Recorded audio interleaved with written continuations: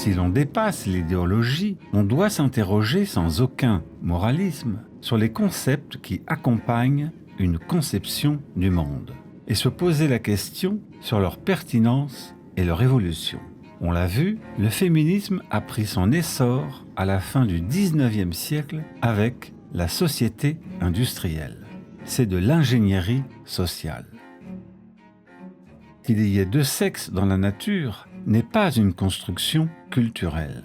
C'est un fait objectif, biologique. Il fallait renverser le rapport de force dans la nouvelle société dominante, médiatique et de service.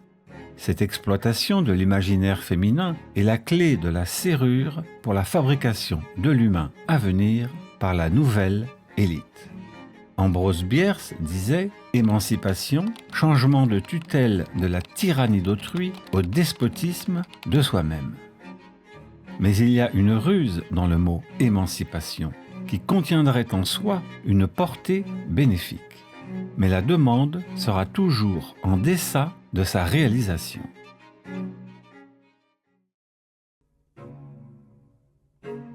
Accentuer sur le sexe anatomique est un piège. Le sexe est au-delà de l'anatomie, tout en étant le socle.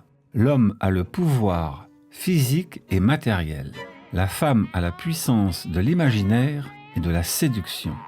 Il y a deux facteurs importants à ne pas perdre de vue. Le premier est le charme féminin, qui permet de séduire facilement les hommes, d'une disponibilité sexuelle constante. Le second est le fait qu'une femme est une mère potentielle. Et comme tout homme sort du sexe féminin, il ne peut en être que fasciné et attiré, car la nature n'a pas permis l'enfantement aux femmes par hasard. Ces deux facteurs conjugués permettent l'établissement d'un paravent sacré dans un double jeu permanent. Essentialiser les hommes de tous les maux et immuniser les féministes qui ne sont pas les femmes et ne les représentent pas. Les féministes semblent posséder la femme en soi, loin de toute contamination avec l'autre sexe, s'étant autodéterminée par ses propres préceptes sanctifiés purs.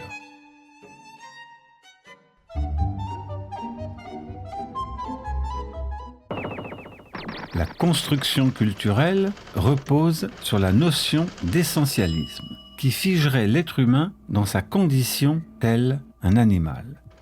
Elle repose sur une dichotomie artificielle et cartésienne entre nature et culture.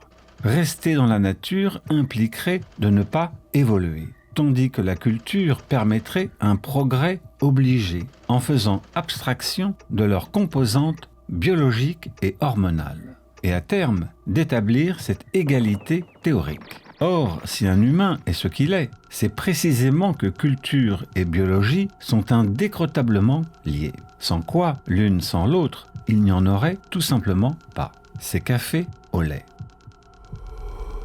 Outre qu'il n'y a pas de page blanche sur laquelle on pourrait orienter favorablement un comportement humain sexué, cette construction culturelle n'est vue que dans un sens unique et sous-entend qu'elle devrait aboutir à une égalité parfaite selon un schéma idéal préétabli à l'avance, précisément socialement construit. Un créationnisme basé sur une indétermination originelle, alors que la conception qui prévalait était une finitude où l'homme devait accepter le donné et s'en arranger.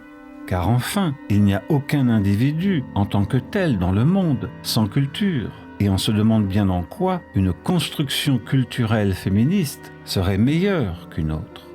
C'est cette croyance dans la construction culturelle qui a donné naissance sur le tard à la théorie du genre, Judith Butler, et à toutes les dérégulations identitaires ou queer. La question est jusqu'où la culture peut-elle refaçonner la nature et jusqu'à quel degré d'artifice? Que peut-on établir de concret pour que les deux sexes puissent s'entendre raisonnablement du point de vue de leur naturalité, sans toutefois les enfermer dans un essentialisme strict? Il y a là un ressentiment envers la nature qui n'aurait pas fait les choses idéalement. Or, même chez les animaux, il y a sans cesse prédation et hiérarchie, volonté de dominance. À vouloir combattre la nature dans son ordre, il est illusoire de croire que la rationalité endiguera cette prédation, cette hiérarchie, cette volonté de dominance, qui reviennent toujours derrière des idéologies soi-disant bienfaitrices. Auparavant, il y avait de la rationalité conjuguée à une grande brutalité et élégance. On se demande bien en quoi, le monde avançant, cette rationalité parviendrait à une pureté platonicienne en renversant cette violence en un bienfait absolu. Ce fantasme de pureté permet toutes les vengeances possibles sous le sceau de l'innocence auto-revendiquée. Le féminisme considère le sexe comme une notion sociale. L'équation est simple, destituer la biologie au profit du culturel, qui permet l'établissement du genre comme prépondérant. La construction culturelle admet un progressisme infini, acceptant tous les changements proposés et à venir. Liberté illimitée permettant une flexibilité identitaire intégrale compatible avec le libéralisme actuel. On ne combat pas par hasard un ordre par le militantisme acharné, et c'est bien souvent renverser un ordre par un autre, tout aussi délétère. D'ailleurs, les femmes qui ont eu le pouvoir dans le monde ne se sont pas mieux comportées que les hommes. Il y a et il y aura toujours de la domination et de la hiérarchie dans le monde, d'une façon ouverte ou dissimulée. La construction culturelle énonce des thèses farfelues avec l'outrecuidance d'une expertise infaillible de la réalité, sans apporter une seule preuve scientifique. Quand la réalité donne tort à la théorie, c'est la théorie qui a raison, car la réalité a triché. L'anthropologue Françoise Héritier a relayé la thèse en 2005 de Priscille Touraille, qui expliquait que la différence de force et de taille entre sexes aurait été construite socialement, remontant au Paléolithique, par le fait que les hommes se seraient réservé les protéines, la viande. Si les femmes sont partout plus petites que les hommes auraient privé les femmes d'aliments, les empêchant d'avoir la même taille qu'eux, chose que l'on ne retrouve nullement chez les gorilles. Les hippopotames ne peuvent pas voler. Priscille Touraille prétend que le patriarcat du steak ne s'appliquerait qu'à notre espèce. Cette hypothèse n'a jamais été publiée dans un journal scientifique, ce qui est un minimum pour qu'elle puisse être évaluée. On voit bien l'idée tordue derrière ça. Comme on ne peut établir l'égalité, il faut inventer une domination à sens unique en amont. La ruse est de faire croire que la domination masculine serait antérieure à toute condition physique. Comment des hommes ont-ils pu imposer aux femmes de ne pas manger de protéines ou de viande s'ils n'étaient pas plus forts auparavant, de surcroît à une époque où la culture n'existait pas? Si le dimorphisme sexuel humain était une construction culturelle, les hommes et les femmes seraient les mêmes sur le plan de la taille, du poids, de la stature et de la force, en étant nourris de la même manière. Or, il apparaît à la puberté. Jusqu'à l'adolescence, les filles font en moyenne la même taille que les garçons. Différence même, par exemple, dans l'accumulation des graisses avec le temps, en forme de pommes chez les hommes, et de poire chez les femmes. Les attitudes sociales ne sont que des traductions culturelles d'une réalité biologique en moyenne. Le paradigme de Darwin-Batman explique la différence de taille entre mâle et femelle par l'anisogamie. Un spermatozoïde est plus petit et moins coûteux à produire qu'un ovule. Une étude menée par 4 chercheurs dirigés par Tim Janik du CNRS explique les rôles dans l'ensemble du règne animal, soit à peu près 5 millions d'espèces à reproduction sexuée. Les rapports entre hommes et femmes s'établissent en général selon le mode coût-bénéfice, c'est-à-dire échange sexe contre ressources. Surtout que le temps compte double pour les femmes. et qu'après 40 ans, il y a l'effet entonnoir, la baisse tendancielle du taux de séduction.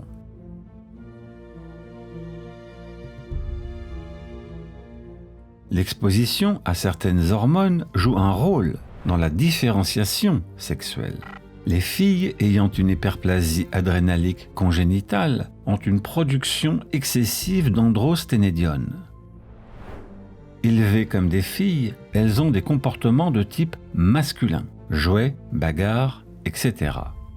Qu'on soit homme ou femme dépend aussi de l'androgénéisation prénatale. On trouve des femmes masculines et des hommes féminins dus à cette androgénéisation prénatale.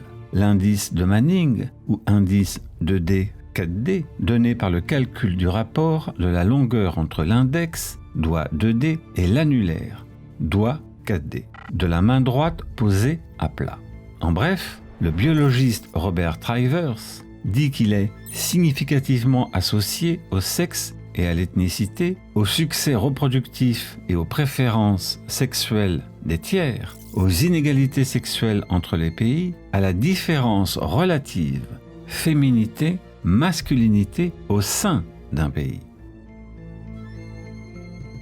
En conséquence, que l'on soit homme ou femme, on n'est pas à 100% homme ou femme, mais un alliage subtil des deux, plus prépondérant selon chaque sexe. D'autant que la nature n'élabore pas chacun des deux sexes à la perfection. Ajoutons que dans nos sociétés d'abondance, l'orientation vers l'androgynie est liée à la hausse du taux d'œstrogène, hormone féminine, et de substances œstrogéniques dans l'environnement, conséquence directe de la pollution chimique, notamment des phtalates, qui ont été démontrés dans la féminisation des garçons, mais aussi chez les animaux. La construction culturelle est une construction culturelle. Le mot genre a remplacé le mot sexe. It's been 3 days since the operation, Helen. How are we feeling? Well, I think I've made a huge mistake. So I was wondering if you could just put all my stuff back where it belongs. No.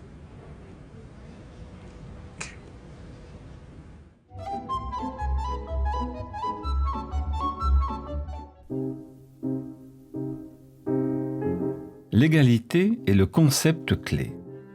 Pour supposer une égalité, il faut au moins 2 termes, l'homme et la femme. Comment bâtir une égalité dans un monde où Dame Nature a donné naissance à 2 entités physiques différentes et aboutir magiquement, au final, à une parfaite égalité dans leur comportement ou dans les possibilités. Un non-sens. Elles sont incomparables. L'horrible vérité est qu'il y a 2 sexes et qu'ils ne sont pas faits pour s'offrir des marguerites d'Afrique dans le blanc des yeux. Il n'y a ni égalité de comportement, ni égalité psychique. Cette égalité est abstraite, virtuelle. Elle n'existe pas, y compris entre hommes et entre femmes, ce qui n'implique nullement une justification de la brutalité. L'égalité n'existe que dans la tombe, comme le rappelait la fin de Barry Lyndon de Stanley Kubrick.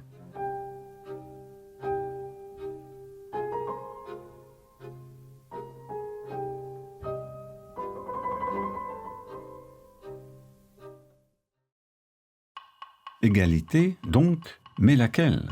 On a déjà parlé du droit de vote, même si tous les hommes ne le possédaient pas avant 1848 et 1852. Il ne sert qu'à élire des députés qui ne représentent pas la majorité des gens et qui assurent la pérennité du système en se votant des lois de circonstance. Le fameux chéquier, si la société permet d'en avoir un, on comprend vite les soubassements. La consommation dans une société libérale qui a tout intérêt à établir idéalement cette notion d'égalité frelatée et insoupçonnable. Sinon, elle ne la mettrait pas en avant. Le capital ne valorise que ce qui le valorise. Mais au-delà, il s'agit d'établir une petite élite qui poursuivra son expansion pour détruire le monde ancien et qui ne tolère aucunement la rareté des biens matériels et sexuels. Et ne pouvait que consacrer l'avènement du féminisme en lui donnant l'opportunité économique comme vecteur symbolique de la nouvelle civilisation. Si le féminisme triomphe, c'est-à-dire si les femmes qui veulent travailler avec le même salaire que les hommes, le capitalisme ne peut exister dans la société américaine parce que le capitalisme existe seulement sur la base des gens qui ne travaillent pas. Maintenant, les femmes ne travaillent pas. Alors, elles poussent leurs hommes de travailler, d'avoir l'ambition parce que leur identité, c'est à travers de l'homme. Quand les femmes veulent se développer elles-mêmes, elles ne vont pas pousser les hommes. Alors, peut-être les hommes vont perdre leur ambition. Alors, notre société qui est si compétitive va être détruite. La large majorité des achats des biens de consommation est effectuée par des femmes, entre 70 et 80%.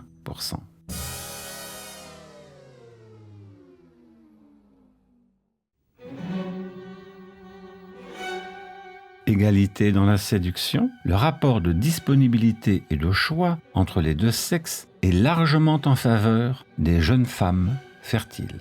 On connaît le dicton populaire « l'homme propose et la femme dispose ». Une étude met d'un côté un homme abordant des jeunes femmes et de l'autre l'inverse. Pour les femmes interrogées, 50% étaient d'accord pour l'invitation à dîner, 6% pour aller chez l'homme et 0% pour faire l'amour avec lui. Les hommes ont réagi différemment. Sollicités par une belle inconnue, 50% acceptaient un dîner avec elle, 69% de la suivre chez elle et 75% pour faire l'amour avec elle. Les hommes qui refusaient avaient d'autres engagements. D'autres études parviennent à des résultats similaires. On devrait s'étonner que ce soit toujours à l'homme d'obtenir le consentement des femmes et jamais l'inverse, car elles ont le choix. Ce qui est une domination féminine flagrante. Chaque jeune femme devrait subir pendant 1 an la dérobade continuelle d'hommes qu'elle convoite. Elle comprendrait alors, exaspérée, que la notion de consentement a un arrière-goût frelaté quand on n'est pas en position dominante. Leur séduction serait symboliquement comparable aux millions de spermatozoïdes reproductibles par jour qui gravitent autour de l'unique ovule par mois. L'être humain serait-il un cas particulier où tout serait explicable par la culture en excluant la biologie? Physiquement, la chose est claire. Il est presque inutile de retracer les différences hommes-femmes dans l'orientation sexuelle en moyenne, les plus scientifiquement robustes, ni même les différences de communication ou de QI, etc. Pour amusement, au football, l'équipe nationale féminine australienne s'est inclinée 7-0 face à une équipe de garçons de 15 ans.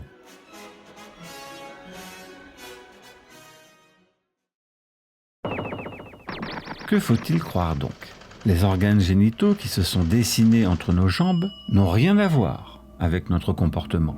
Ou, à l'inverse, les 86 milliards de neurones contenant des chromosomes guident la différenciation sexuelle du cerveau et du comportement. Le cerveau masculin et le cerveau féminin peuvent être différenciés à l'IRM avec une précision de 90%. L'instinct maternel n'a rien d'une construction culturelle et est inscrit dans le cerveau des femmes, vu et mesuré à l'IRM. De plus, il est un enjeu vital pour l'espèce, puisque les soins de la mère au petit stabilisent son ADN dans les premiers mois de sa vie. Be a lady, they said. Ici se loge la contradiction principale du féminisme. L'égalité du sexe, si et seulement si ce sont elles qui en profitent. La ruse est de faire porter la charge culpabilisatrice aux adversaires, sans respecter ses propres principes. Le cas de la majorité des femmes dans l'éducation, dans la garde des enfants et la justice. domaine symbolique fort où il n'est plus question de parité. Double jeu permanent.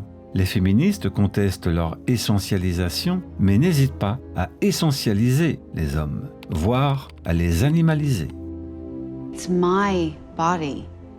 Elles défendent le droit des femmes à décider de la naissance ou non d'un enfant au nom de la propriété privée exclusive de leur corps, transfuge du système libéral dans le corps féminin, tout en réclamant l'égalité dans tous les domaines malgré les différences physiques, puis de faire croire que l'homme et la femme seraient des constructions sociales.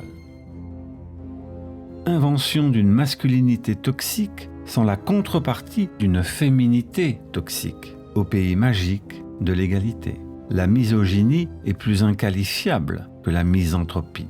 Enfin, dans le sexe égalitaire, disparaît l'excitation. À force de nier le physique, cette égalité idéologique est meurtrière. À Colobrières, la gendarmerie envoya 2 gendarmettes au domicile d'un criminel. L'homme assomma la première, lui prit son arme et l'abattit de plusieurs balles. Il poursuivit la seconde et la tua en pleine rue. Va-t-on envoyer à la place des escadrons d'Amazones déchaînés pour défendre un pays, un cheptel de blondes en furie? Non, il vaut mieux envoyer 2 hommes pour arrêter un meurtrier.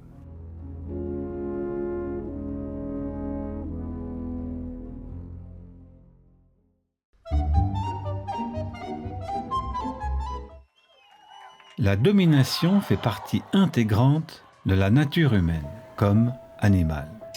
Toute interaction humaine est le résultat d'un rapport de force ouvert ou larvé. Animalité et rationalité sont liées. Aucun animal n'a construit de camp d'extermination ou des armes destructrices d'une violence inouïe. Se pose une question. D'où vient cette domination ? Est-ce une essence inscrite dans l'âme de l'homme? D'où vient-elle? Y aurait-il eu une conspiration phallique? Comment? Pourquoi? Et par qui? Ce discours relève d'une lubie basée sur une égalité inexistante. La domination masculine chercherait à se donner des aspects naturels pour s'imposer, et les 2 sexes gagneraient à s'en affranchir. Autant vider la mer avec un dé à coudre. Et on comprend bien pourquoi les féministes parlent sans cesse de construction culturelle, par cette fausse dichotomie entre nature figée et culture illimitée, pour éviter de considérer qu'elle s'est établie dans le monde entier et relève manifestement de la force physique, en écartant évidemment les bases biologiques, sinon tout s'écroule. Épisode 12. Les femmes sont-elles des hommes comme les autres ? Dans tous les cas, on ne peut circonscrire son origine, sinon que d'accuser l'homme d'être homme. La femme se comporterait mieux parce qu'elle est femme, sexe supérieur moralement et sexuellement. Quand on conteste une domination, ce n'est pas pour s'y substituer, sinon la contestation est inopérante. C'est que l'on est fasciné par cette domination, tout en faisant croire qu'on s'y oppose. Autrement dit, se faire plus royaliste que le roi et y substituer une reine. La domination masculine, ce monstre du Loch Ness, est la tarte à la crème des féministes, à travers la victimisation et la souffrance. Une banque sentimentale sur laquelle on peut capitaliser à loisir, sans cesse brandie et auréolée par son statut sacré d'une valeur morale supérieurement légitime. Par ce coup de poker menteur, les féministes mettent en avant leur sort à l'exclusion de tous les autres, alors que leur souffrance n'est pas plus terrible que celle des hommes, donnant l'impression que dans leur vision du réel, elles ont flouté les hommes pour ne considérer que leur sort. Féminisme autocentré, manière habile de dissimuler une domination de possédants. Les femmes qui accéderont au pouvoir ne se comporteront pas mieux que les hommes. Il y a du mépris à considérer que les femmes étaient inaptes à se rebeller. Ne faut-il pas plutôt admettre qu'elles y ont trouvé un bénéfice d'un point de vue évolutif ? En quoi d'ailleurs s'occuper des enfants et autres tâches ménagères serait un sort indigne en essence, et que devenir capitaine d'industrie ou journaliste serait plus bénéfique ? Rappelons pour la forme que 74,8% des auteurs de suicide, 94% des accidents mortels de travail sont des hommes. Plus les inégalités riches-pauvres augmentent, plus la propagande féministe est bruyante.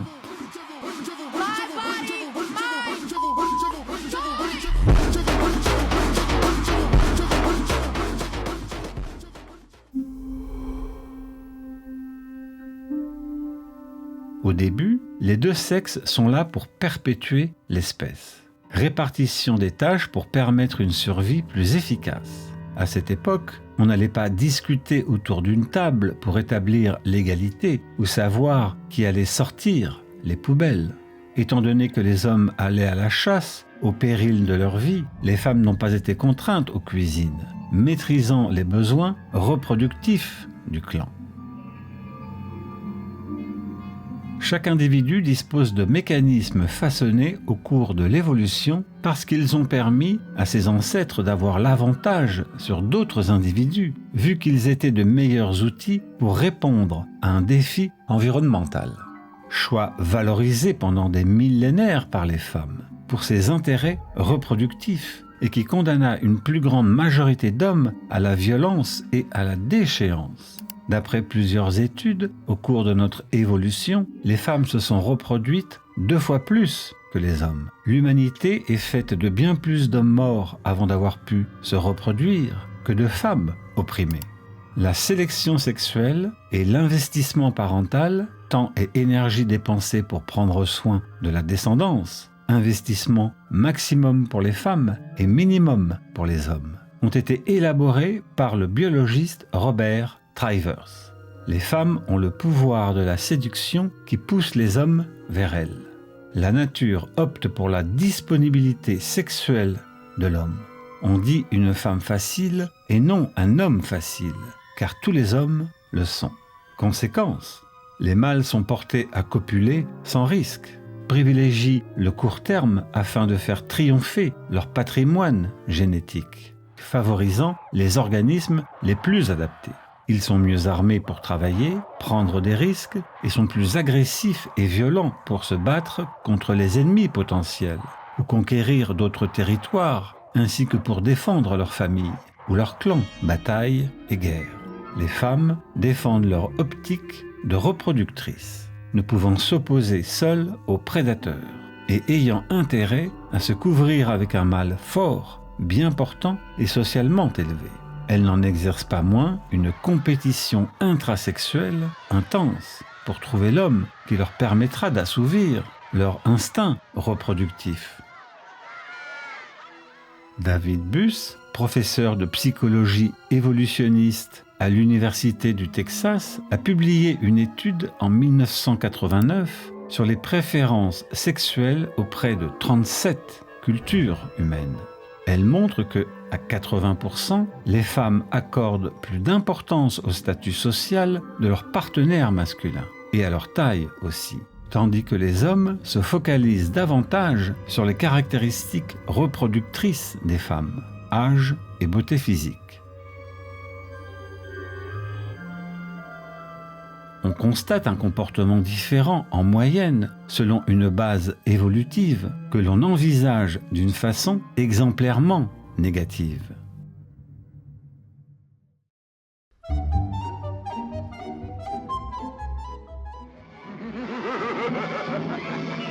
Le patriarcat qui s'est répandu sur la planète, malgré les différences de culture, est une forme d'organisation sociale fondée sur la détention de l'autorité par les hommes pour assurer la filiation. Une construction culturelle à une si grande échelle, partout et tout le temps. Le patriarcat serait-il systémique et systématique, influençant tout le monde, même inconsciemment, tel un fantôme ? Les filles n'étaient pas surveillées par sexisme, mais pour leur propre protection. Devenir fille-mère était la voie royale vers une existence difficile. La nature ayant fait les choses ainsi, les femmes avaient la charge de l'enfantement et les hommes élaboraient des œuvres techniques du fait de leur disponibilité et de leur capacité physique. Seules les femmes d'une classe aisée s'adonnaient à des tâches créatrices ou donnaient leur enfant en nourrice. Division naturelle du travail au départ et ensuite domination d'une classe sociale, tous sexes confondus, dans sa quête de territoire. Le patriarcat est né de cette volonté d'assurer la survie pour les hommes, de s'assurer que leur enfant est bien le leur, non celui du facteur. D'où l'imposition symbolique du nom du mari et exercer un contrôle sur la stratégie sexuelle des femmes, leur hypergamie. Selon le pluralisme stratégique de Ganstad et Simpson, les hommes les plus attrayants obtiennent un avantage s'ils cherchent de multiples partenaires d'accouplement, passant moins de temps à s'investir dans l'éducation de leur progéniture. En revanche, l'effort de reproduction des hommes moins attrayants est mieux considéré s'ils s'investissent dans une seule partenaire et prennent soin des enfants. La stratégie sexuelle d'une femme nécessite qu'ils compromettent leur propre stratégie. Le dilemme est qu'ils n'ont pas la préférence érotique des femmes. Ce compromis a permis le développement civilisationnel avec des injustices de part et d'autre. De nos jours, le patriarcat est mort, si l'on y ajoute la part des personnes vivant seules qui a plus que doublé depuis les années 60. Plus de 11 millions aujourd'hui en France, où beaucoup vivent seuls et dépriment. La part des couples monoparentaux, où les femmes vivent seules avec leurs enfants, a largement augmenté.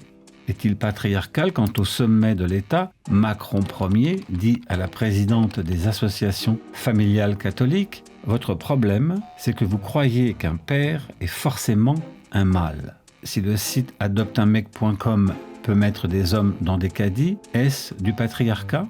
L'écriture inclusive venant de l'État, la PMA, la théorie du genre, le divorce, destituons la statue de Marianne ou l'école maternelle. Est-ce que les jeunes femmes sont séquestrées chez elles par un père fouettard, ce dont Molière se moquait déjà au XVIIe siècle? Ou se baladent-elles sur Tinder et Instagram dans des tenues équivoques pour les purs délices de la société marchande? En réalité, on est passé à une société gynocentriste. Depuis l'avènement de la contraception et de l'avortement, l'enfantement est contrôlé par les féministes. La promesse illusoire faite aux hommes de leur offrir un accès sexuel illimité aux femmes sans grossesse a une contrepartie, l'abandon de leur intérêt paternel dans le processus reproductif. Les hommes ne sont pères que lorsqu'une femme le décide, alors qu'ils ont fourni 50% du patrimoine génétique. Et là, une femme préserve ses attributs physiques incarnés organiquement, sans la moindre domination masculine. Pour moi, actuellement, le plus dur, c'est quand je me couche et que j'ai personne. Donc laisse-moi te chanter, parler te faire. Les féministes sont les plus protégées dans les sociétés occidentales. Si la société était encore patriarcale, elle aurait balayé les féministes d'un coup de torchon, et sans les subventionner. Et ces dernières devraient s'interroger sur le fait que l'État est un ministère des droits des femmes, que des ministres bourgeoises leur donnent de tels avantages. De plus, le combat féministe ne va pas se dissoudre s'il parvient à obtenir satisfaction sur tous les plans. Chômage assuré. Quoi de plus comique de voir que les féministes puissent sortir une multitude d'ouvrages dans de grandes maisons d'édition et se croire dominées et persécutées par le patriarcat. Énergie et enthousiasme. Est-ce qu'un État patriarcal soutiendrait un haut conseil à l'égalité entre les hommes et les femmes, organisme créé par le président de la République, François Hollande, le 3 janvier 2013 ? L'État fait appel à des chercheurs, des associations et des entreprises de formation. tout ce petit monde participe à des rapports diffusés aux médias qui se chargent de les répercuter au public, sous peine de leur retirer les subventions, s'ils ne respectent pas les quotas pour augmenter, au hasard, le nombre de femmes à la direction des entreprises. Femmes choisies pour leur sexe et non pour leur talent. À vouloir exister en tant que sexe à l'égal de l'homme, les femmes perdront la puissance de la séduction pour s'engouffrer dans le vide du pouvoir.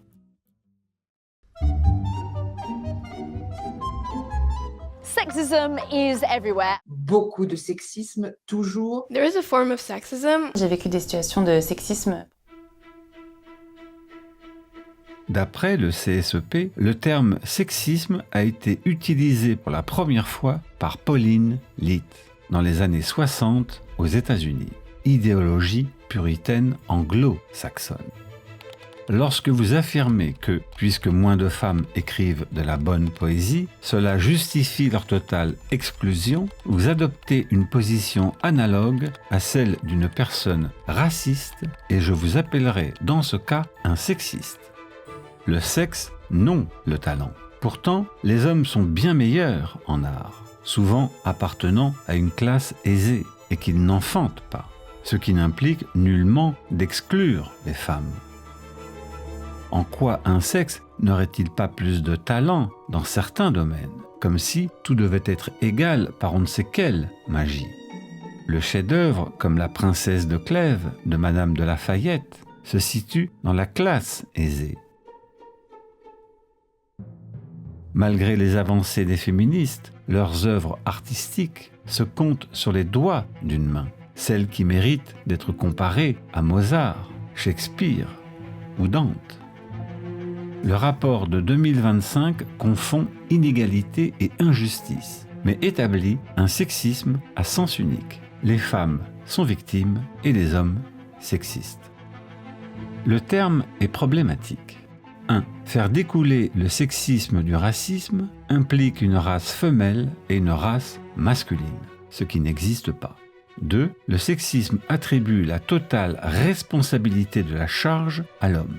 C'est le comble du sexisme. Prendre l'autre sexe pour une race différente, monde expurgé de la race masculine, éradication de l'autre sur une base homosexuelle, incestueuse ou sororale. Basé sur la définition du racisme, l'antisexisme est en définitive un racisme anti-masculin. L'antisexisme et l'antiracisme inversent les polarités, en prétendant que seul le sexe masculin et la race blanche seraient intrinsèquement maléfiques, blanchissant ainsi leur accusation faussement humaniste. L'idée selon laquelle les hommes discrimineraient les femmes est fausse. Les faits, Women are Wonderful, indiquent que le groupe le plus sexiste n'est pas celui que l'on croit.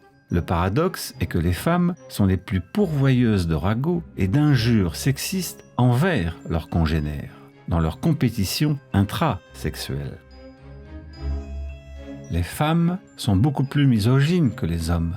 Paradoxe du paradoxe. Les femmes préfèrent un homme sexiste qu'un homme féministe. Elles sont attirées par la masculinité, non par l'égalité. Cette imagerie simpliste se répercute dans tous les domaines. En littérature, où la moindre critique d'une femme est vue comme une atteinte à l'image des femmes, non les femmes réelles. Cette police de la pensée est digne des missels des anciens curés, sous des couverts humanitaristes, destinés à évangéliser le moindre opposant, le tout étant encadré par des textes de loi encerclant la moindre contestation.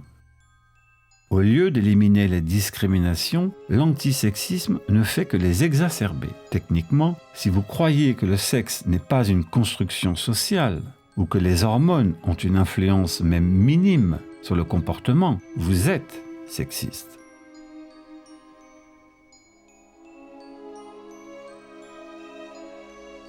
Il devrait sauter aux yeux de tout le monde qu'à l'époque où l'on exploite autant les salariés, on fait jouer le théâtre de l'antisexisme tous azimuts.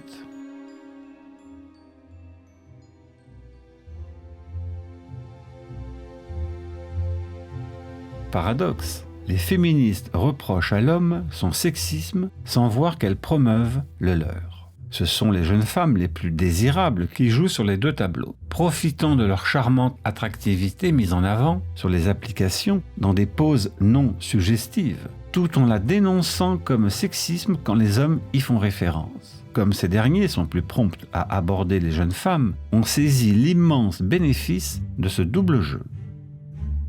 Au lieu de mettre en avant leurs qualités spirituelles et artistiques, ce sont leurs charmes physiques qu'elles placent ostensiblement sur la place publique. Puisque la femme, jadis asservie en tant que sexe, c'est à mesure qu'elle se libère que la femme se confond obsessionnellement de plus en plus avec son propre corps.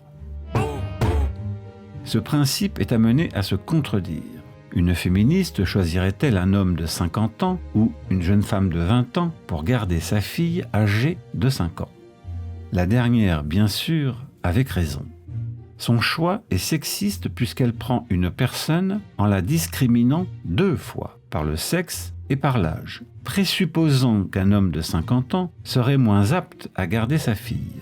En Suède, le pays le plus féministe, parmi les infirmières, les personnes qui s'occupent des vieux ou des enfants, les travailleuses sociales, les secrétaires, les chiffres vont de 82 à 93%. À l'inverse, les métiers physiques, travailleurs du métal, etc., les chiffres vont de 95 à 98%. Les féministes ne parlent que des inégalités, les désavantageant en termes d'imagerie sociale. But more importantly, there were no women directors competing at that time, and it never even occurred to us that there was something wrong with that.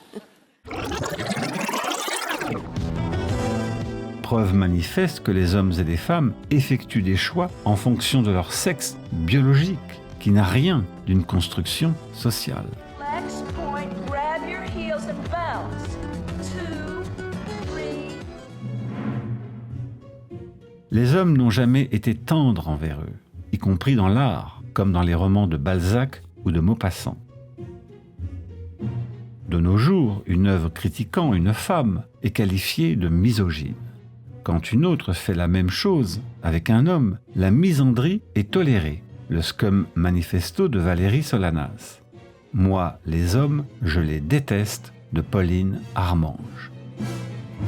Une haine sanctifiée par la pureté militante. Par quel tour de passe-passe? Le kérosène, c'est pas pour les avions, c'est pour brûler violeurs et assassins.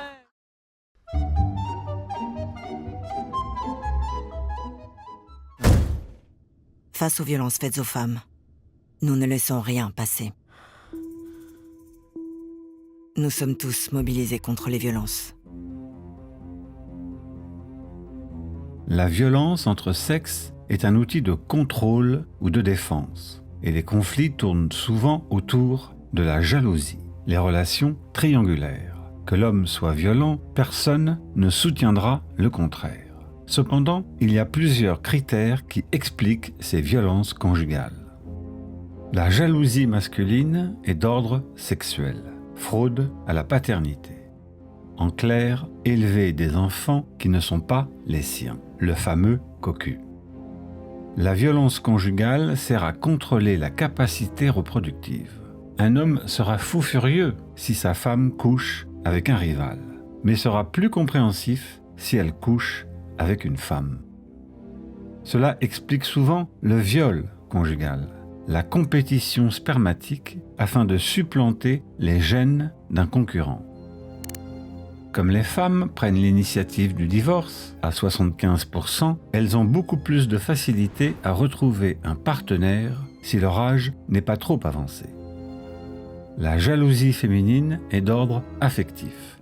Les femmes tolèrent une passade, guère une relation amoureuse. Les travaux de Wilson et Daly indiquent que la fréquence des violences conjugales baisse à mesure que les femmes s'approchent de la ménopause. Par contre, les femmes fertiles ont jusqu'à 10 fois plus de risques d'être victimes de violences. Les hommes cesseraient d'être patriarcaux face à des femmes ménopausées et augmenteraient en face de femmes en âge de procréer.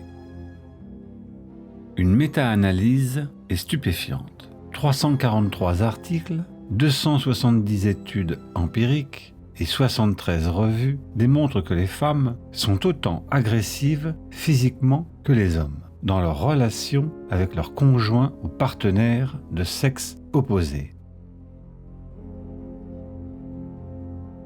Le différentiel dans la mortalité vient du fait que les hommes sont plus forts physiquement. Erin Pizzey est reconnu pour avoir fondé, en 1971, le premier et le plus grand refuge au monde pour les victimes de violences conjugales connu sous le nom de Chiswick Women's Aid.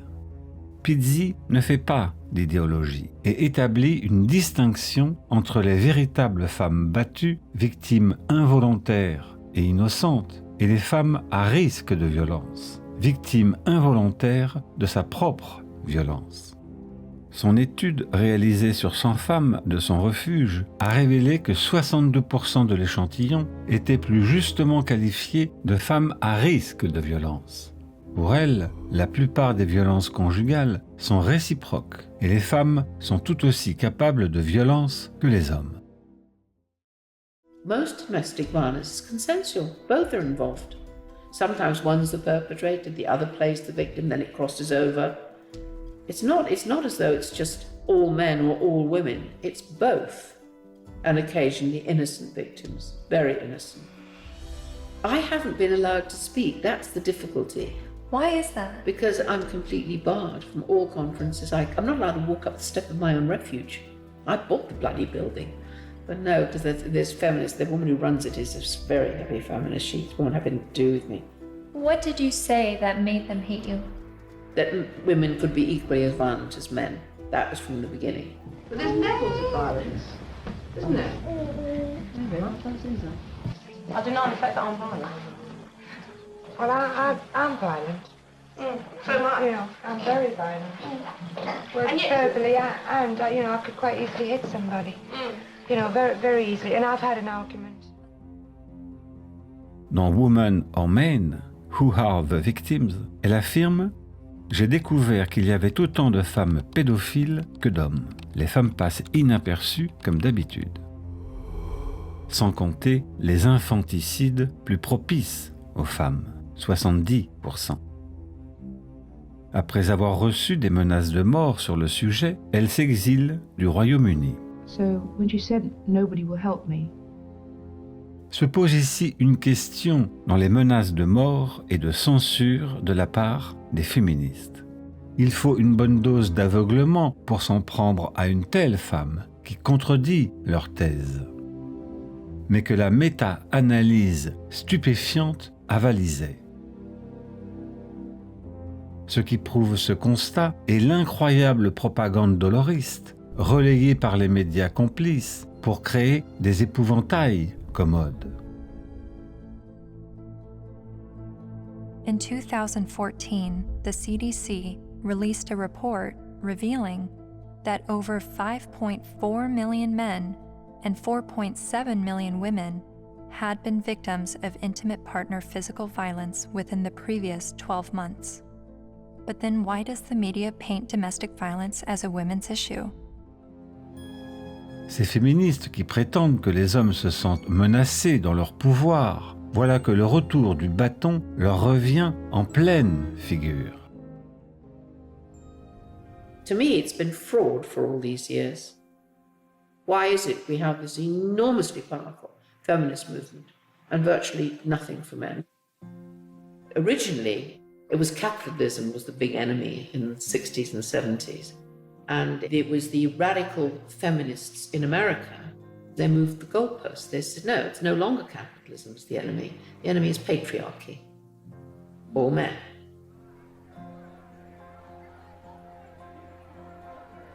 And that's how the women's movement began. And it was enormously successful. The new mood in the refuges was going to be that no men could work in refuges and can't today. They can't sit on the boards. And boys over 9 or possibly 12 can't go into refuges, or you call them shelters. Their mothers have to make other arrangements for them. which I find shocking. And it ring-fenced money. I think that particular time when the feminist movement were desperate for funding because they'd run out of publicity, and they were desperate for funding and they needed a just cause. And unfortunately, it fell into their laps. It's an enormous industry. I mean, violence against women, they get something like, well, it's $1 billion and over a year. And an awful lot of that goes on really supposedly rehabilitating men, but essentially punishing them. Ces violences cachent le délitement social. Si les féministes étaient conséquentes, elles s'associeraient contre toutes les violences sociales, fédérant les hommes et les femmes contre leur paupérisation généralisée. L'indignation morale est incapable de comprendre ce qui la suscite et ne fait que propager le problème. Les féministes ne prennent jamais en compte les explications qui mènent à de tels drames, ne proposant qu'une action sur les mentalités en multipliant les campagnes de sensibilisation, sans jamais mettre en cause les structures économiques de la société. En 2024, il y a eu 272 382 victimes de violences par leurs partenaires ou ex-partenaires. En calculant le pourcentage concernant les femmes, on a 101 meurtres, 10 781 viols ou tentatives, 143 725 violences physiques en tout genre, donc 154 607 victimes féminines.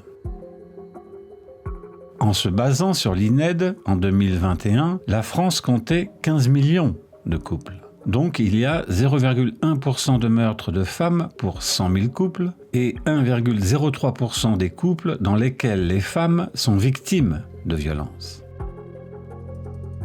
En 2023, il y eut 996 personnes tuées, soit 11% de femmes, donc 89% d'hommes. Les départements les plus touchés sont le Pas-de-Calais, la Réunion, le Nord, la Somme et la Seine-Saint-Denis, régions dont les auteurs sont les plus socialement atteints. Et la plupart n'exerçaient pas ou plus d'activité professionnelle, sans parler des stupéfiants. Quant à l'inégalité scolaire, où 60% du décrochage sont des garçons, on mesure les conséquences sur la délinquance. Et n'oublions pas, ce sont les femmes qui, en grande majorité, élèvent leurs enfants.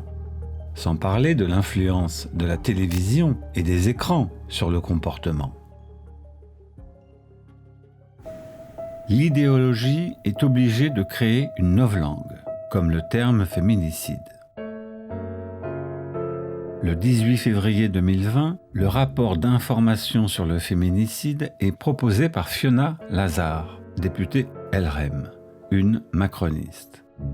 Le rapport accumule chiffres et références dus aux associations féministes et indique « Créer une infraction autonome de féminicide serait potentiellement inconstitutionnel au regard du préambule de la Constitution et du principe d'égalité devant la loi, puisqu'une telle infraction ne considérerait pas les auteurs et les victimes de manière neutre et égale, ou en retenant la définition d'un meurtre de femme en raison de son sexe, il ne serait pas simple de prouver le caractère sexiste du crime, empêchant ainsi tout simplement de qualifier l'infraction et donc d'en condamner l'auteur. Comme si un homme ne tuait une femme qu'en tant que femme. Excite donc le terme qui n'a aucune valeur juridique, outre qu'il tente de faire valoir une féminisation idiote du terme homicide qui faisait référence, lui, à l'espèce humaine et non à l'homme seul.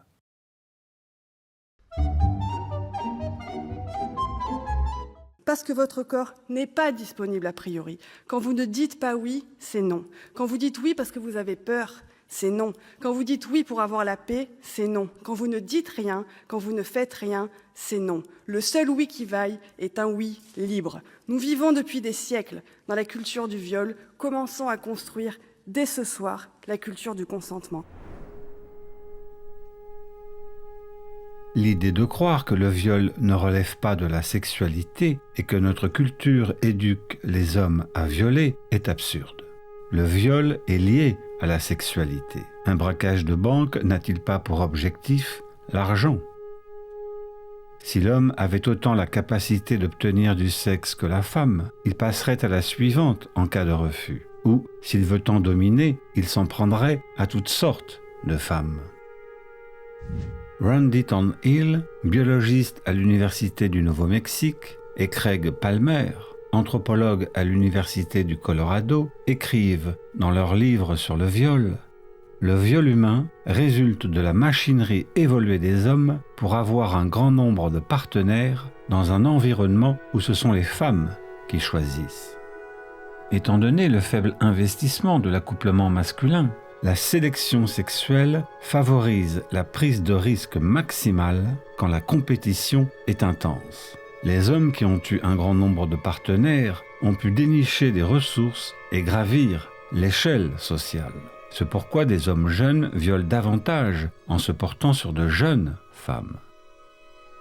Les hommes perdraient-ils toute culture du viol avec l'âge ? Cette expérience transgressive et criminelle renforce l'excitation et supplante les autres mâles qui ont facilement accès aux femmes. Les taux de violence sont plus élevés chez les gens d'un niveau socio-économique inférieur. Ce modèle, couplé avec la forte probabilité, 82%, qu'un violeur et sa victime vivent dans le même voisinage, indique que ces hommes sont surreprésentés. Les violeurs étudiés étaient caractérisés par des frustrations et des échecs répétés dans leurs relations sexuelles, nantis de troubles psychosociaux. Ces hommes s'en prennent à des femmes à socio-sexualité haute, en utilisant des codes inefficaces et non des femmes laides ou ménopausées. Si le viol a des origines biologiques, on craint de le légitimer. Sophisme. Il est interdit et est un crime. La pénalisation envers les crimes sexuels n'a jamais été aussi forte. Et si toutes les victimes ne portent pas plainte, les faits doivent être avérés ou démontrables. La justice ne croit jamais sur parole. Cependant, le viol n'est qu'une sous-catégorie de la violence. Que des hommes massacrent considérablement plus d'autres hommes, ou soient licenciés ou laissés dans une misère noire, n'a aucune importance en regard.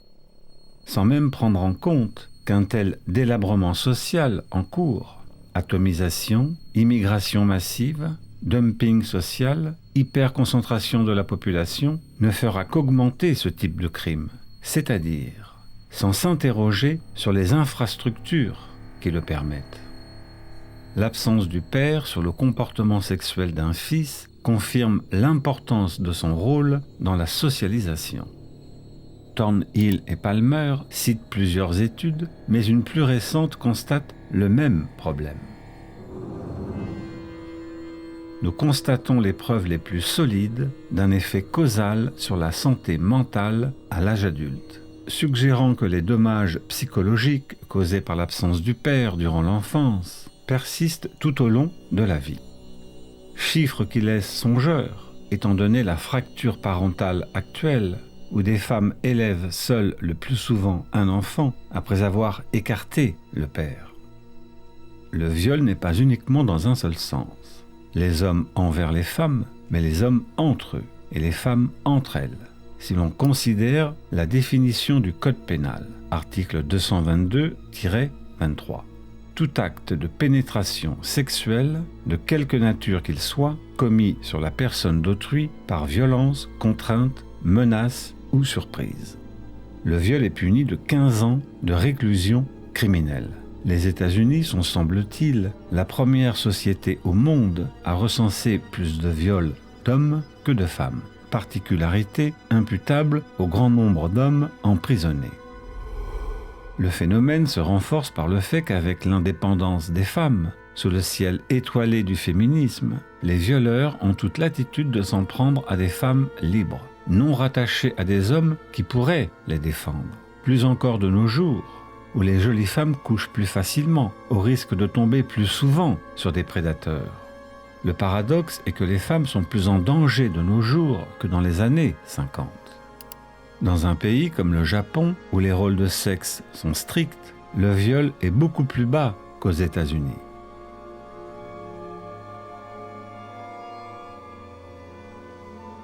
Alors on peut dire, les femmes s'habillent comme elles veulent et que le viol n'a rien à voir avec la sexualité, ce qui aboutit à une augmentation du viol par pur mépris de la réalité.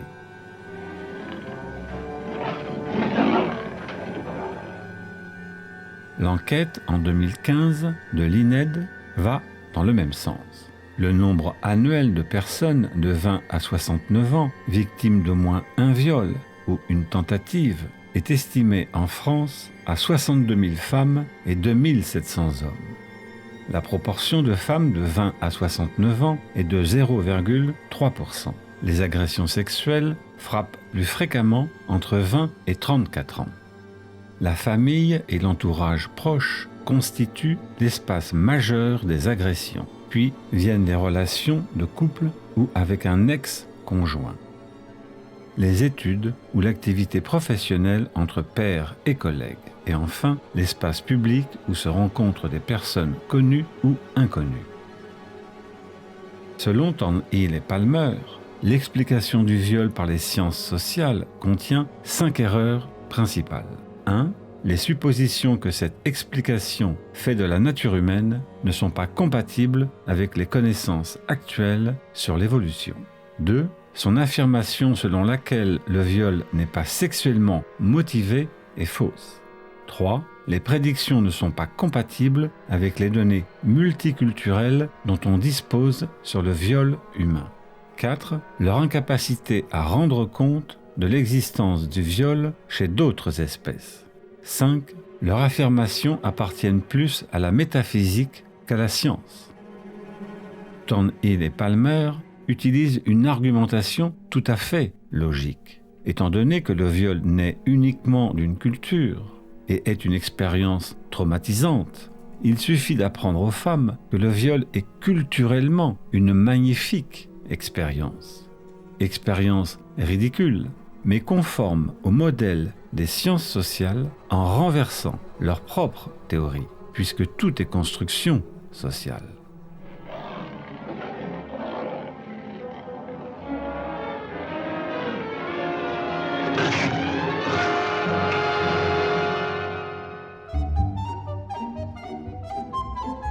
Si on continue à ce rythme, il faudra encore 50 ans pour que les femmes gagnent autant que les hommes. Les travailleuses françaises gagnent en moyenne 23,5% de moins que leurs collègues masculins. D'ailleurs, les femmes représentent près de la moitié des plus bas salaires et moins d'un tiers des plus hauts salaires. L'inégalité salariale entre hommes et femmes semble évidente. Les féministes du marché réclament les hauts salaires dans les postes de pouvoir. Journalistes, médias et politiques, qui prolongent un imaginaire de classe, au moment où les conquêtes techniques inventées par des hommes les ont débarrassés des tâches ménagères, les plus ardues, alors que des hommes végètent toujours dans les métiers les plus risqués.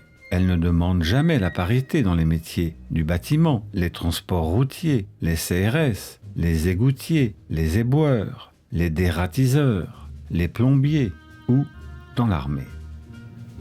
Quand la parité est acquise et dépassée, comme dans l'éducation nationale, la justice ou dans la garde des enfants, là, il n'est pas question d'inverser la tendance.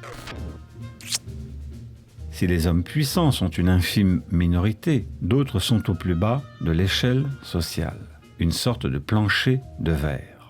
Les femmes sont bien plus présentes aux échelons moyens et intermédiaires de la société. Les inégalités salariales sont truquées. Ces chiffres sont une globalité, tout poste, toute filière et durée de travail confondue. Les femmes effectuent beaucoup plus de travail à temps partiel, prennent plus de congés, font moins d'heures supplémentaires mieux payées et occupent des postes moins rémunérés. Travail social. Plus on ajoute de critères comme la durée de travail, la catégorie de poste ou de filière, l'inégalité salariale tombe à 4%. Le monde capitaliste confie-t-il leur affaire à des hommes au détriment de femmes, par seul plaisir d'exercer leur machisme? La société patriarcale qui pousserait les patrons à renier de la main-d'œuvre bon marché, ce serait comme si des entreprises du bâtiment se priveraient d'embaucher des clandestins au noir par pur racisme. Quand la volonté d'accroître les bénéfices est prépondérante, les discriminations fondent comme neige au soleil. De plus, en France, notre retraite fonctionne sur un principe de répartition. Hommes et femmes doivent cotiser le même nombre d'années pour obtenir leur retraite pleine. Sauf que l'espérance de vie moyenne des femmes est de 86 ans et celle des hommes de 80 ans. Ces derniers ne devraient-ils pas avoir une retraite anticipée, vu leur espérance de vie plus courte? Les femmes touchent en moyenne 6 ans de retraite en plus que les hommes, en ayant cotisé le même nombre d'années, outre les majorations de trimestres par exemple. Que des femmes deviennent chefs d'entreprise, politiciennes, etc., elles ne font que singer la volonté de pouvoir que les libéraux leur assignent. Alexandre, mon grand, tu m'entends? Je t'écoute. Pour ce matin, dîner les haricots, pince les potirons. Après, tu passeras à la coopérative prendre de l'engrais. Ensuite, retourner le grand champ des maisons neuves. Non, ne pas s'arrêter pour regarder l'eau. Non, ne pas s'arrêter non plus au billard. Non, Alexandre.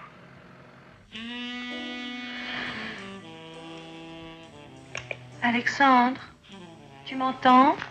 Alexandre! Je t'écoute.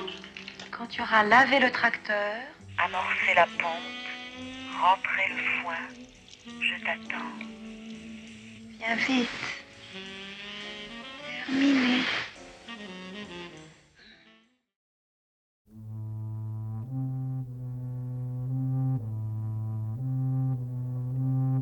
Une féministe est une femme sans ombre, en voie de perfection intégrée. Les féministes considèrent que la critique de leur idéologie est de favoriser les hommes. La part d'ombre des hommes est bien connue, avec leur côté violent, lourd et crasseux, ce qui les classe pour ma part comme des abrutis notoires. Mais charge facile, puisque cette brutalité est visible, alors que celle de la femme, ayant l'avantage de la séduction, peut opérer une violence psychologique invisible, qui, elle, ne sera pas comptabilisée au poste de police.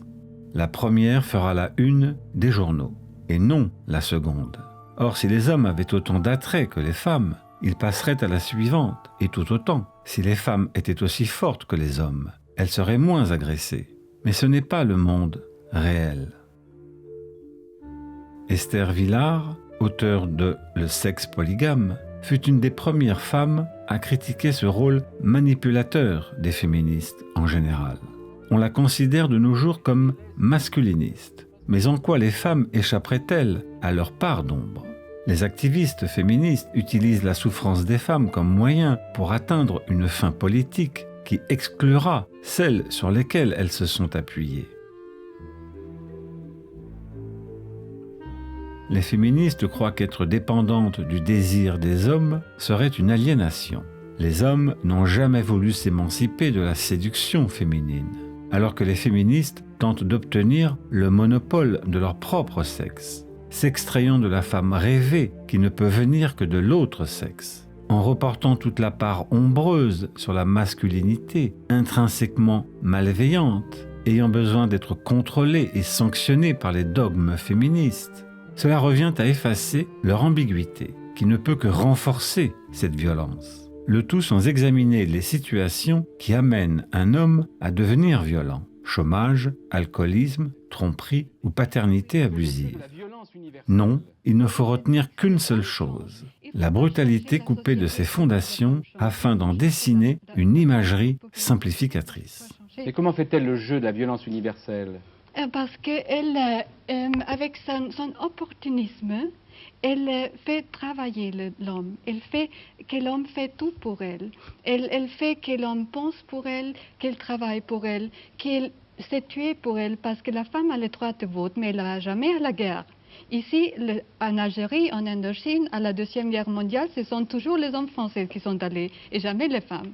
Elles disent qu'elles sont pacifistes, mais c'est pas vrai. Elles ont la même responsabilité pour chaque guerre qui arrive. Avec les droits de vote, elles votent la même. Mélie Grégoire, qu'est-ce que vous pensez de cette thèse? Je pense que c'est vrai. Je le pense depuis longtemps. J'oserais pas le dire aux femmes. Parce qu'en fait, elles le font, c'est vrai, tout ça. Elles ne le font pas consciemment. Elles le font de façon absolument inconsciente. C'est-à-dire que celles qui ont entendu elles se font bébêtes pour... Madame Esther Villard vont être indignées en disant c'est pas vrai du tout. Or, elles l'ont fait probablement. Seulement, elles n'en sont pas aperçues ou elles n'ont pas voulu le savoir. Mais c'est une grande vérité. moi, je voudrais vous appuyer, Esther Villard. Je crois aussi à la vertu de la vérité. Si vous dites aux femmes, la vérité même désagréable, et qu'elles arrivent à l'accepter, à ce moment-là, elles la voient. Et à partir du moment où on voit une vérité qui est déplaisante, on peut peut-être la changer. Mais si vous n'acceptez pas de voir la vérité, vous ne pouvez pas bouger, vous ne pouvez pas avancer.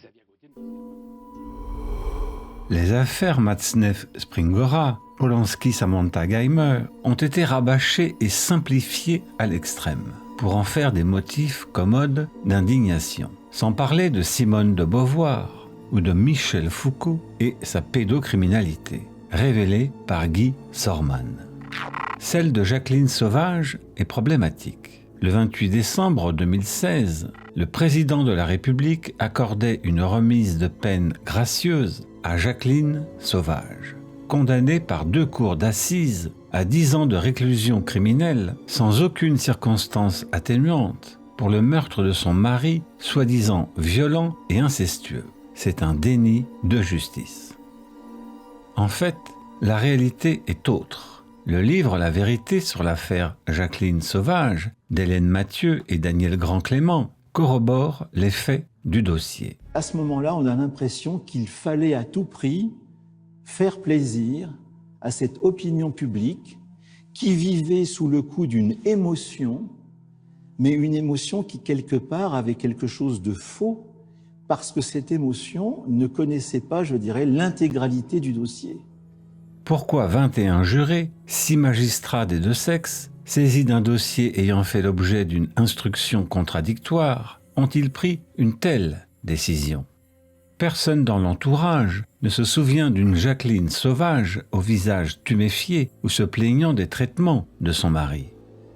À l'inverse, sa personnalité cernée par des expertises psychiatriques ont fait apparaître une femme autoritaire. Incarcérée, elle eut un comportement brutal et frappa une de ses co-détenues. En 1994, Norbert Marot a une histoire avec une femme, quitte le domicile conjugal et s'installe avec sa maîtresse. Jacqueline Sauvage aurait dû être heureuse de se débarrasser d'un tel mari. Or, elle fait tout pour le ramener au domicile conjugal et le menace d'un fusil de chasse s'il revoit sa maîtresse. Elle attend cette dernière devant sa maison et la frappe en hurlant. La jeune femme trouve refuge à la gendarmerie et donne un portrait autre du mari. Il buvait peu, n'a jamais été violent. La question de l'inceste n'a émergé qu'après la mort du mari. Les 3 filles n'avaient jamais évoqué de tels actes auparavant.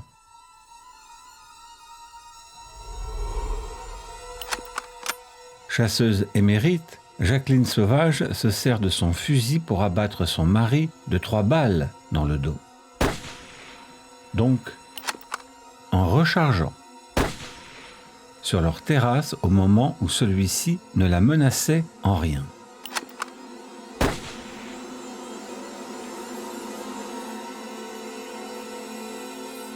Elle prétendit avoir été battue juste avant le meurtre et d'avoir pris des somnifères juste après. Mais l'expertise médicale établira qu'il n'en a rien été.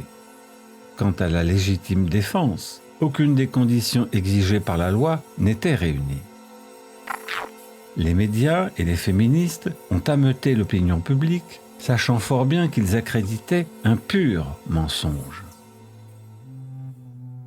Inutile d'attendre des remords de ceux qui se sont trompés sur les faits. Ils sont préjudiciables aux femmes réellement victimes.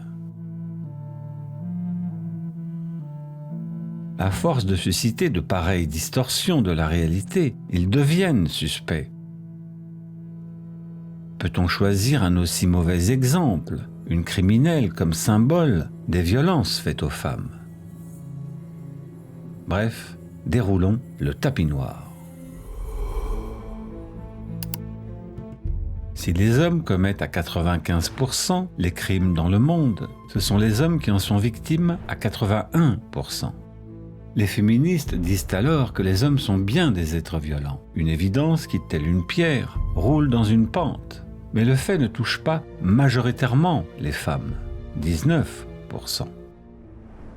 Pourquoi ne parler que des violences envers les femmes, alors que l'homme est 4 fois plus violent envers ses congénères? Et comment expliquer cette violence par la théorie de la construction culturelle à travers le monde et décime les propres adeptes du patriarcat? Dans le bulletin Infostat, à caractéristiques citées identiques, les femmes présentent une probabilité nettement plus faible d'être condamnées aux peines les plus sévères. Si l'on classe les sanctions en 3 catégories par ordre croissant de gravité, peine alternative à la détention, dont amende, peine de prison avec sursis et peine de prison ferme, le fait d'être une femme réduit de 30% le risque de prison ferme par rapport au sursis et le risque de prison avec sursis par rapport aux peines alternatives. Une étude portant sur toutes les reines régnantes en Europe du XVe au XXe siècle montre qu'elles étaient 39 fois plus susceptibles que les rois de déclarer des guerres. Pourquoi les femmes politiques occidentales sont-elles des furies bellicistes telles Madeleine Albright, Nikki Haley, Hillary Clinton, Liz Truss, Brune Pivet ou Pelosi? Pourquoi les féministes élutent-elles la violence chez les couples homosexuels, des hommes au carré et lesbiens? Une méta-analyse américaine de 2015 avance les violences conjugales qu'ont subies des femmes lesbiennes et hommes homosexuels au cours de leur vie. Chiffres qui n'ont rien à envier à ceux des femmes en couple hétérosexuel. On peut mentionner le chantage à l'enfant ou la séparation, quand des hommes ne veulent pas faire d'enfants, et on combattra l'essentialisation des femmes vis-à-vis de la maternité. L'enfant dans le dos, selon la revue médicale britannique The Lancet, un enfant sur 30 n'est pas la progéniture biologique du père présumé. Mentionnons encore que les femmes sont agressives et violentes envers elles-mêmes dans la compétition intrasexuelle. Surtout quand il s'agit de s'accaparer un partenaire sexuel, des ressources ou un statut hiérarchique supérieur. Elles impliquent de nombreuses agressions indirectes où la qualité du partenaire d'un rival est diminuée par la dérogation, les commérages, l'exclusion sociale et l'intimidation afin de maximiser son succès reproductif. Cette compétition explique l'acrimonie des femmes âgées quand une jeune femme sort avec un homme mature. Il n'y a pas de domination à sens unique. Outre le viol condamnable, les féministes réécrivent parfois le terme comme une violation de leur caprice. Même avec consentement, l'acte sexuel peut être un droit le mardi et un crime le samedi, selon les changements d'humeur pour se sentir victime et le tonitruer sur les réseaux, surtout si le partenaire n'a pas donné suite. Oui ou non. Ce consentement est truqué. Il était d'habitude induit. Là, il fait poli et publicitaire en apparence, mais en omettant que les jeunes femmes ont le choix au pays magique de l'égalité, tel un chef d'entreprise en face de chômeurs, et peuvent changer d'avis à l'instar d'une girouette afin de ficeler l'échange dans l'arsenal de la dissuasion et de la surveillance, façon d'humilier en douceur. Tu vas pas me demander à chaque fois que t'as une idée, si? D'après Thornhill et Palmer, les fausses allégations de viol ont fait l'objet de peu d'études systématiques. Cependant, une étude de 109 affaires de viol aux États-Unis a trouvé 41% de fausses accusations sur la base des propres rétractations des femmes. Les femmes étudiées ont donné 3 raisons. Fournir un alibi pour une rencontre sexuelle consensuelle qui aurait pu mener à la grossesse. Se venger d'un partenaire qui n'était plus consentant. et obtenir de la sympathie et de l'attention de la part de la famille ou des amis. Dans ces cas douloureux, seule la justice peut trancher. Les auteurs écrivent « Le fait que les hommes veulent le sexe en soi semble avoir déterminé, dans l'histoire évolutionnaire humaine, les femmes pour qu'elles se servent du sexe et des promesses sexuelles pour manipuler les hommes et en obtenir des ressources. De toute évidence, les femmes se comportent beaucoup plus souvent de cette façon que les hommes. Les études suggèrent aussi que les femmes sont plus trompeuses en ce qui concerne l'infidélité au sein du couple. Ainsi, quand il est question de sexe, comme en cas de viol, il pourrait exister une intuition évoluée sur le fait que les femmes mentent parfois pour leur seul et unique profit. La nature humaine est ambiguë. Non, en fait, je me suis embarquée dans une histoire un peu bizarre avec un gars. Invraisemblable. C'est quelqu'un que j'ai rencontré dans un bar. Qu'est-ce qu'il fait dans la vie? J'aime autant pas le savoir. La première chose qu'il m'a dit, c'est qu'il était temps que je rencontre un homme comme lui. Un vrai. Il a jamais fait l'amour avec moi normalement. Il m'a toujours prise par en arrière, comme un homme. Avant lui, c'est quelque chose que je pouvais absolument pas supporter. Les premières fois, il me tirait les cheveux par en arrière, comme un cheval. Et puis, il a commencé à me donner des claques sur les cuisses, sur les fesses.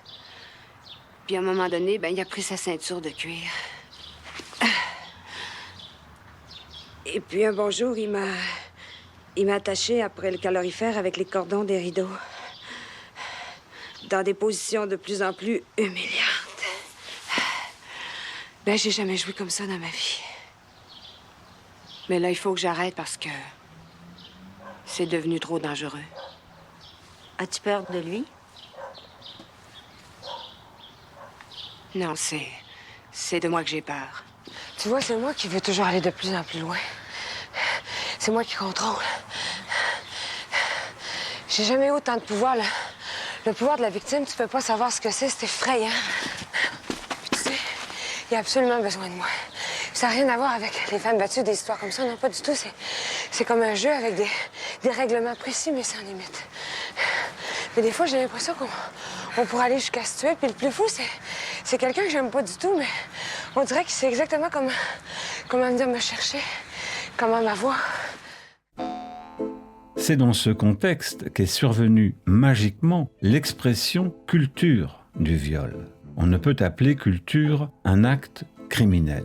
Pure invention destinée à nier toute implication biologique pour incriminer le phénomène à la culture, que l'on pourrait donc changer. En somme, on éduquerait les hommes à violer.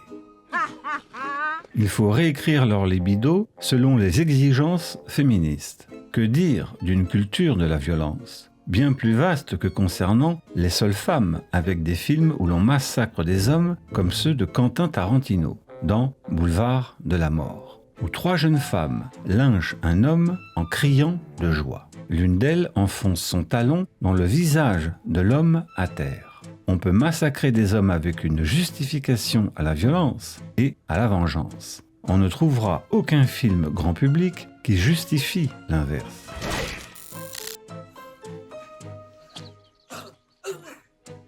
Si les féministes déclarent vouloir être respectées, ce n'est qu'une façade publique, guère tenable dans la sphère privée. Une femme ne supportera pas un homme gentillet, insoumis, à moins de vouloir jouir du contrôle. Il ne supportera pas non plus que son amant soit moins trompeur et hypocrite qu'elle. En matière de sexe, beaucoup de femmes veulent être dominées au lit. Un homme se retrouve dès lors ballotté. Attendre le consentement sous peine de rester dans l'incertitude ou d'essuyer un refus. Et d'autre part, outrepasser le consentement sans sombrer dans le viol pur et simple. Tout se joue dans cette frontière ambiguë et malaisée. N'est-ce pas des féministes que provient cette culture du viol? Si l'on en croit Simone de Beauvoir quand elle écrit dans son célèbre essai « Comme l'adolescente, elle, la femme âgée, est tentée par des idées de viol. Elle accuse les femmes d'être impitoyables entre elles, s'entraînant au fond de l'abjection, et s'en prend aux lesbiennes. Rien ne donne une pire impression d'étroitesse d'esprit et de mutilation que ces clans de femmes affranchies. N'hésitons pas à dire que la première pénétration est toujours un viol. Pourquoi une grande majorité de femmes vont-elles voir 50 nuances de Grey? Mauvais film, mais le thème est clair. Une femme fascinée par la soumission sexuelle, avec des éléments impliquant la servitude, le sadisme et le masochisme. Ce film a d'abord été un roman vendu à plus de 125 millions d'exemplaires dans le monde. Se déroulant à Seattle, il retrace la relation entre une jeune femme diplômée en littérature et un homme d'affaires, encore un milieu bourgeois. Un roman écrit par une femme britannique, Erika Leonard James. L'ambiguïté manifeste est que les femmes ont ce fantasme sexuel d'être maltraitées ou d'en jouer sans l'avouer consciemment. Fascinées par une force physique qu'elles n'ont pas, ou plus simplement, que les hommes les fascinent aussi pour cela. Sinon, comment se fait-il qu'elles écrivent en masse à des criminels et des violeurs en série comme Guy Georges? Les hommes n'écrivent pas à une femme ayant castré leur amant. Le film de Louise Buñuel, Belle de jour, est explicite. De même, Belle du Seigneur d'Albert Cohen.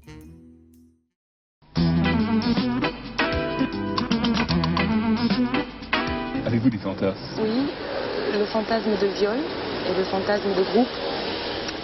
Alors, je fais plus souvent le fantasme de groupe, notamment dans des périodes de frustration qui ont duré assez longtemps. 3 mois sans aucune relation sexuelle.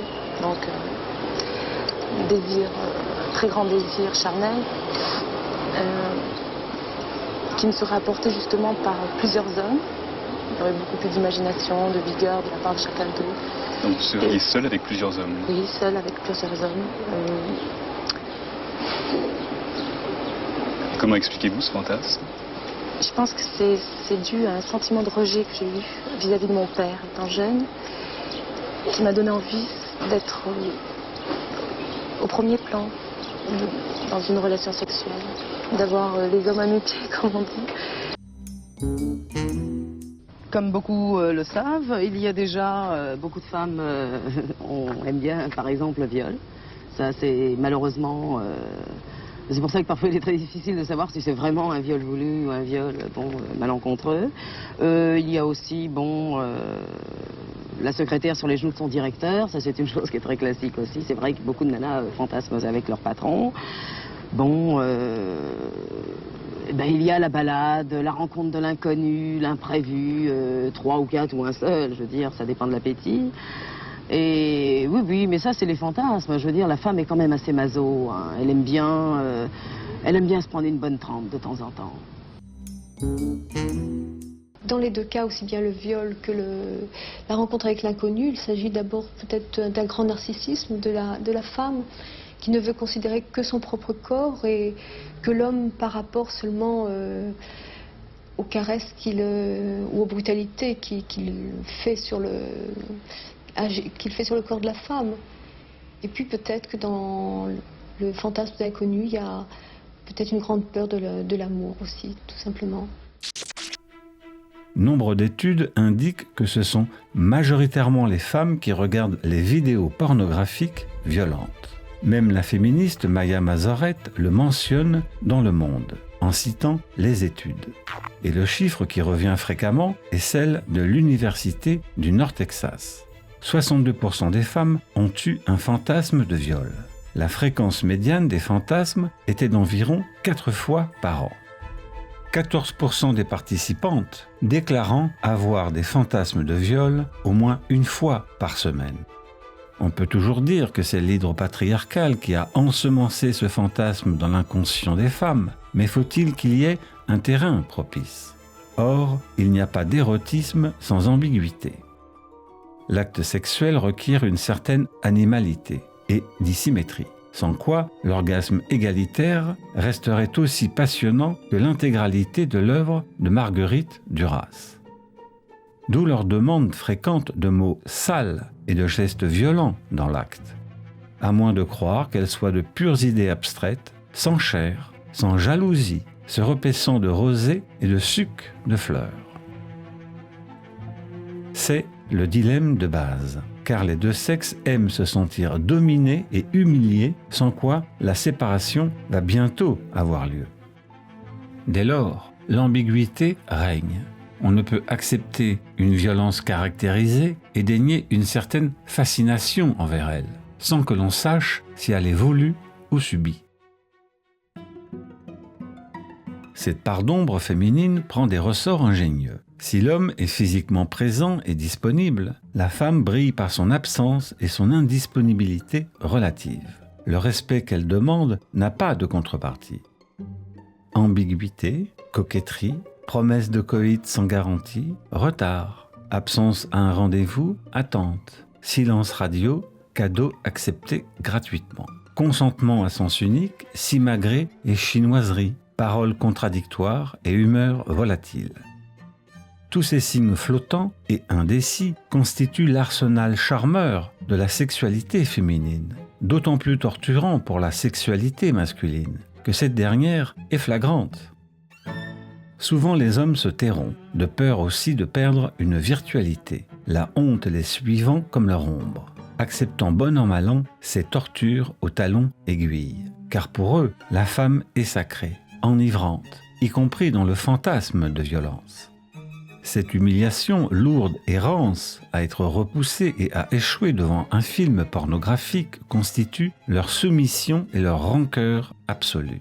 Domaine aussi explosif que la nitroglycérine placée par Dame Nature comme moteur du monde.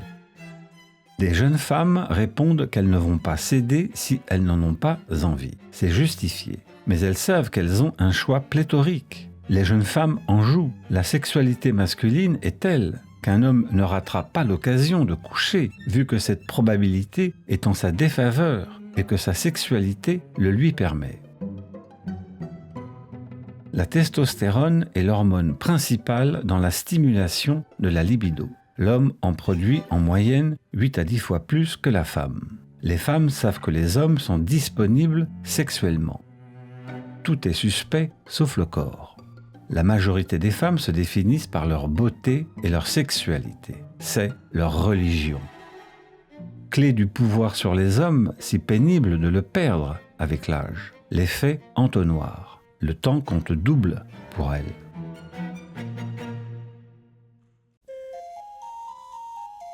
Si on demande une retenue intégrale à l'homme, on permet une exhibition totale chez la femme, étant donné qu'elle possède le territoire de la séduction, et un besoin d'attention dû à une augmentation de la motivation sexuelle à l'approche de l'ovulation, changement observable dans le comportement et l'habillement. Les femmes ne s'habillent non pour elles-mêmes, mais pour séduire les hommes qui ont leurs préférences. Si beaucoup d'entre elles montrent grassement leurs fesses ou leurs seins jusqu'à la vulgarité sur les réseaux et en récolter les bénéfices sans travailler, ce n'est pas pour qu'on les ignore. Affichage épigamique. Comme si ceux-ci ne pouvaient avoir aucun impact sur les hommes. Les jeunes femmes ont une liberté sexuelle accrue, celles qui sont promotionnées par l'imagerie médiatique.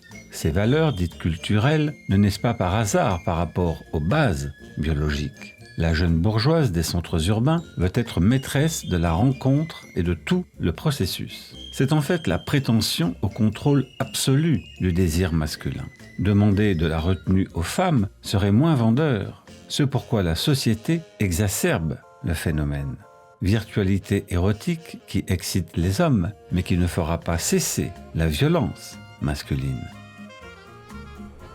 Selon les recherches menées par Christina Scharf, en 2010, les femmes sont nombreuses à ne pas se dire féministes, estimant que cette idéologie est non féminine, associée au lesbianisme et à la haine des hommes, selon deux critères majeurs, l'orientation sexuelle et le caractère dominant.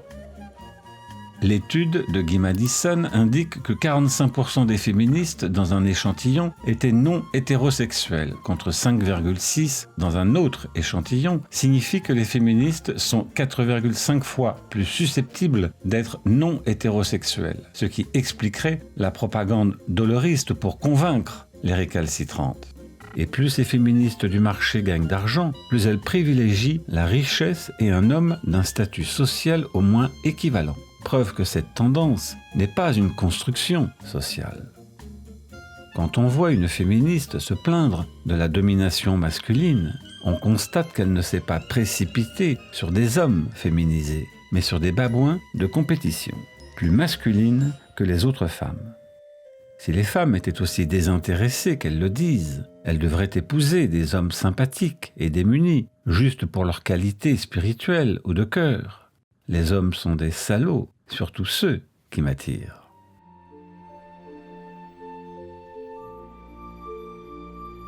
Recevoir des fleurs est la vindicte. Je demande à tous les hommes qui sont dans la salle de se lever et de faire du bruit pour que les femmes, absolument toutes les femmes victimes de violences, absolument toutes les violences, absolument tout ça. La propagande établie depuis des années a glissé, subrepticement, en toile de fond, une réalité préinterprétée, insoupçonnable. Ne pas accepter leur indignation reviendrait à légitimer la brutalité masculine. Phénomène semblable à ceux qui vous demandent de vous remettre sans cesse en question sans qu'ils aient effectué la même opération, histoire de vous convaincre d'adopter leur propre idéologie, avec un militantisme de la terreur. Invoquer l'indépendance des femmes et les voir comme des proies chétives, balayant la justice au pays des Lumières.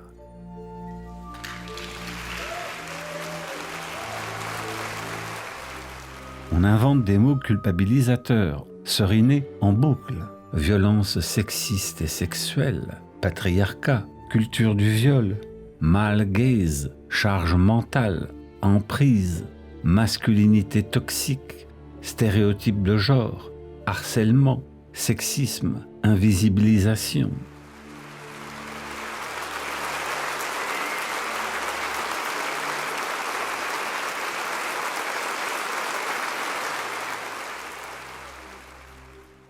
Il y a du mépris à envisager les femmes que sous la victimisation jamais responsable ou des duègnes postmodernes leur retirent leur liberté d'action et de la répugnance à agiter ces épouvantails pour obtenir du pouvoir, en oubliant les femmes de peu ou des hommes clapotant dans la misère.